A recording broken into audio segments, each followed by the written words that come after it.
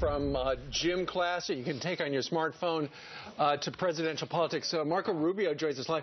Marco said to me a moment ago that you wished you would have been here on Monday because we were doing the knocker. Yeah, the knocker ball. Yeah, it was fun to watch. Yeah, right. My kids wanted to know where we could buy those. I said, we're not doing that in my house. Well, you know, the thing is, at Fox, we're trying to whittle down the field to That's from a great 16 idea. to 10. Yeah. So let's see if we can get 16 of those inflatable balls rolling around aware? somewhere. You're not aware that I didn't know that, but look, debate? it's an unusual year. I wouldn't surprise me. There you go. Yeah. Speaking of unusual year, the President of the United States was on last night for a full hour with Jon Stewart over at The Daily Show, and the topic turned to something near and dear to your heart, the lousy deal we've got with Iran. Well, the President says we actually got a good deal. Listen to this. You know, when you hear the critics talk about, well, it's a bad deal, we could have got a better deal, you then ask them, well, what represents a better deal? Right. What is it that you think could happen? Typically, they're vague, and they fall back on, well, if you had beat your chest a little bit more and 2011, if you'd just done it in 2011, or if you they'd give you the country. Or if you had brought Dick Cheney to the negotiations, let's not get crazy. That would have been a good idea. What is your reaction to that? Well, I mean, this is par for the course. Number one, that's just untrue. And number two, it shows such little class. I mean, what is Dick Cheney? What does that have to do with anything that's going on? This is a serious issue involving a radical Shia cleric who runs Iran, who now will become a nuclear weapons power legally in 10 or 15 years if he wants, who retains all the enrichment capability, which is the hardest thing to do. But here's what's worse. We are now turning over around $100 billion worth of relief and sanctions.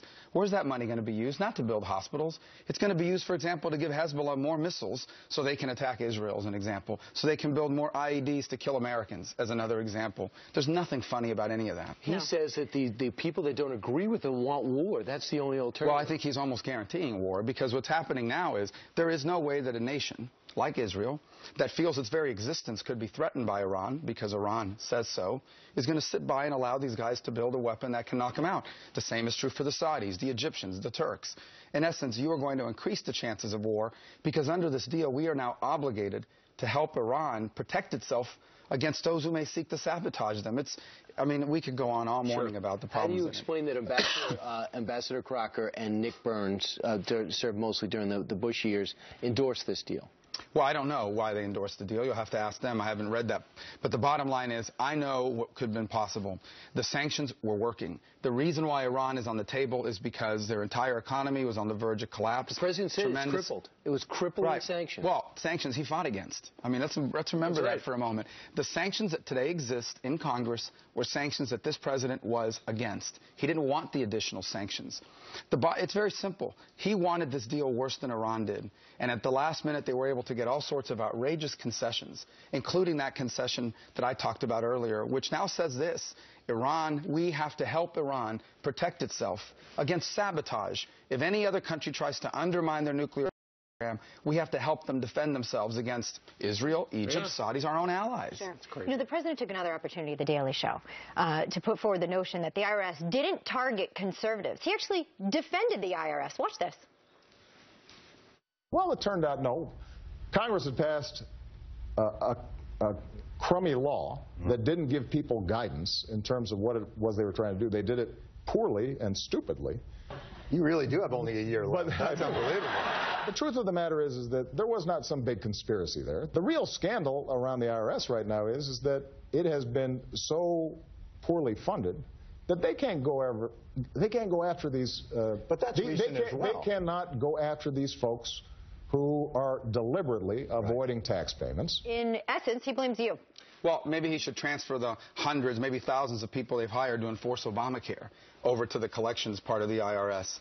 But what he's saying is blatantly false. In fact, if that is the case, then be more forthcoming on all the internal information that exists about what the IRS did, how they tried to coordinate with the Justice Department, which is something that was discovered by Judicial Watch in a public release of information not about 2 weeks ago, how there was, in fact, meetings and coordination. Then be more transparent. The person in charge took the fifth. They destroyed the tapes in defiance of an order. I think if in fact what he's saying is that this was no conspiracy and this is all some sort of something being made up, then be more open about it. Be transparent and explain to us why, as you said, Lois Lerner refused to testify on on the grounds that she might incriminate herself. Incriminate herself against what, if there is no conspiracy? Well, that's going to be part of his legacy, as the Iran deal is, and of course it's all about legacy building right now. You would like to be the next president of the United States. So would Donald Trump. He's making a lot of waves. It started a couple of weeks ago when he made the comments about immigration. Now it seems like everybody's talking about immigration.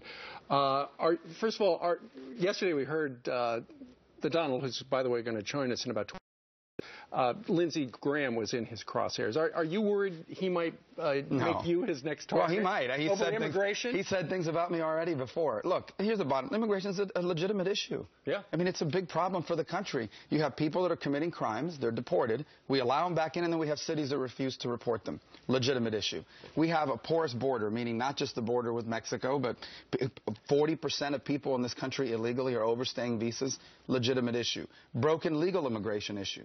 We're accepting people on the basis of who they know. They have a relative living here, not what they can contribute. So you and Donald Trump are on the same page on all this. But here's what's so important to me.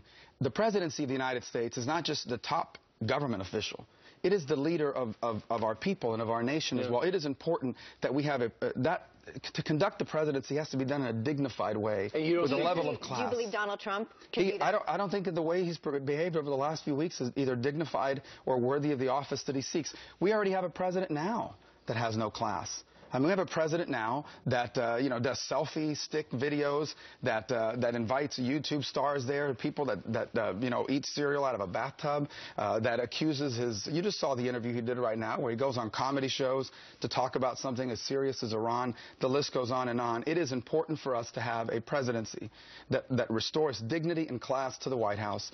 And I don't believe that some of the language that Mr. Trump is employing is worthy of the office. I just do not. Right. But there's something about his message that is resonating with people because he is not a politician. And I'll tell you what, I think we can legitimately talk about many of the issues he raises, whether it's the VA, which I've actually done something about, although the president has refused to implement it, whether it's immigration, which is a serious issue that I'll continue to work to try to solve, and I've done my best in the past to solve, and I think you can do it in a way worthy of the office that he's seeking. There's a Quinnipiac poll that talks about you going head-to-head, and a few others, with Hillary Clinton, and overwhelmingly you're doing well in Colorado.